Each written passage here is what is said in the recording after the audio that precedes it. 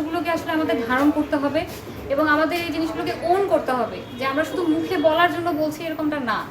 আর ভবিষ্যতে যাতে কেউ আমাদের দেশকে নিয়ে এই ধরনের কর্মযোগ্য করার চিন্তা ভাবনাও না করতে পারে, সেই বিষয়ে আমাদের প্রত্যেককে আসলে সজাগ এবং সচেতন থাকতে হবে।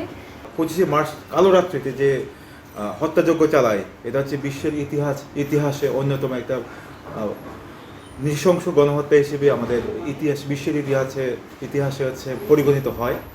এবং এই তাদের মূল উদ্দেশ্য ছিল আমাদের যে স্বাধীন মুক্তিকামী যে জনতা, তাদেরকে দমিয়ে রাখার জন্য। কিন্তু ইতিহাস বারবার প্রমাণ করেছে যে কোনো শাসিত যদি কোনো জাতি বা কোনো একটা গোষ্ঠীর মধ্যে তাদের যদি স্বাধীনতার স্পৃহা যদি বড় থাকে এবং হচ্ছে এদের যদি বৃহত্তর স্বার্থে মানব কল্যাণ যদি হয়, সেক্ষেত্রে এই ধরনের কোনো গোষ্ঠী জাতিকে দমিয়ে রাখতে পড়েছে বলতে রেখেছে মর্মে আছে পৃথিবীতে কোনো ইতিহাস নেই। এই ক্ষেত্রে 1971 সালে 25শে মার্চ কালো রাত্রিতে পাকিস্তানি হানাদার বাহিনী বর্বর যে হত্যাযজ্ঞ চালিয়েছে, তারা ব্যর্থ হয়েছে। এবং আমাদের পরবর্তীতে আমাদের মহান মুক্তিযুদ্ধের যে 9 মাস যে সংগ্রাম, মহান মুক্তিযুদ্ধের 9 মাস সংগ্রামের পরে আমরা আছে মহান স্বাধীনতা বিজয় আমরা অর্জন করেছি। পরবর্তীতে আমাদের স্বাধীনতার পর তো অনেক বছর কেটে গেল।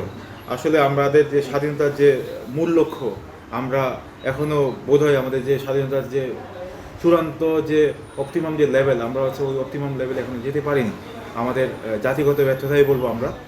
সেক্ষেত্রে আমাদের বিএনপির সম্মানিত সভাপতি বলে গেলেন যে আমাদের ইতিহাস রয়েছে, আমাদের যে 90-এর গণঅভ্যুত্থান, পরবর্তীতে আমাদের 24-এর যে গণঅভ্যুত্থান হলো, আমাদের কিন্তু এখন কিন্তু আমাদের সময়, আমাদের কিন্তু মুক্তিযুদ্ধের যারা বীর মুক্তিযোদ্ধা, ওনারা কিন্তু অনেকেই বয়োবৃদ্ধ হয়ে গিয়েছেন।